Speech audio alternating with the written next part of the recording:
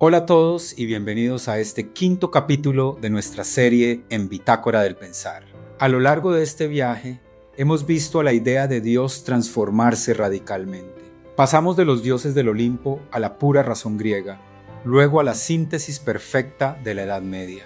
Y en el capítulo anterior, vimos cómo la revolución científica nos dejó con un Dios relojero, un creador distante que fabricó el universo y se alejó. Pero al entrar en el siglo XIX, la historia da un giro dramático. La humanidad comenzó a comprender los mecanismos de ese reloj con tanto detalle que una pregunta inevitable empezó a resonar. Si el universo y la vida pueden explicarse por sí solos, ¿seguimos necesitando al relojero? Hoy entraremos a la época más turbulenta para el concepto de lo divino: la modernidad, el existencialismo y la crisis de la fe. El primer gran golpe vino, una vez más, de la ciencia. Durante siglos, el argumento más fuerte era el diseño de la vida. La complejidad de un ojo humano o la perfección de una hoja parecían requerir un diseñador inteligente. Pero en 1859, Charles Darwin publicó El origen de las especies, con la teoría de la evolución por selección natural. Darwin ofreció una explicación de cómo la complejidad surge de procesos naturales y aleatorios a lo largo de millones de años, sin necesidad de intervención divina. De repente, el dios relojero parecía haberse quedado sin trabajo. El universo ya no parecía un artefacto diseñado, sino un proceso ciego y en constante cambio. Y en el capítulo anterior, vimos cómo la revolución científica nos dejó con un dios relojero. Dios ha muerto.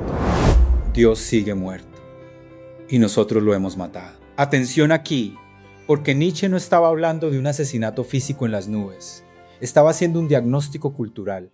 Con el avance de la ciencia y el pensamiento secular, la idea de Dios dejó de ser la base de nuestra realidad. Durante milenios, Dios fue la brújula absoluta. Nos decía qué era la verdad, qué era lo bueno y qué era lo malo. Al matar esa idea, la humanidad se quedó sin brújula. Nietzsche nos advirtió que esto traería una profunda crisis. El nihilismo, la sensación de que la vida no tiene ningún sentido objetivo. Sin esa brújula, ¿cómo encontramos sentido? Aquí es donde entra el existencialismo. Por un lado, tuvimos a pensadores como Søren Kierkegaard, quien dio un salto de fe. Para él, creer en Dios en el mundo moderno es absurdo y no se puede probar lógicamente. Pero es precisamente en ese absurdo donde radica la verdadera fe personal y apasionada.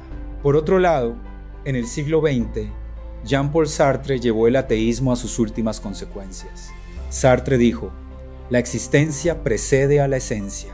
Si no hay un Dios creador, no hay un propósito predeterminado. No somos herramientas fabricadas con un fin. Primero existimos, aparecemos en el mundo, y luego nosotros inventamos quiénes somos. Estamos, en palabras de Sartre, condenados a ser libres.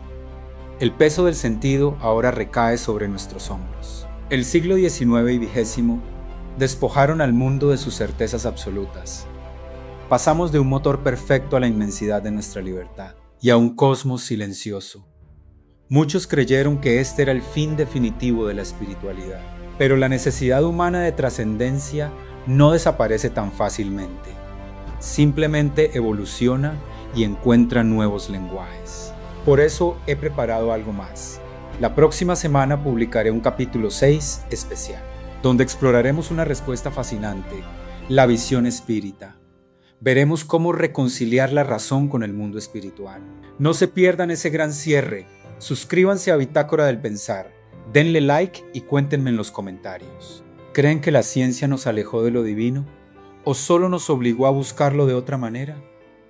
Nos vemos en el especial.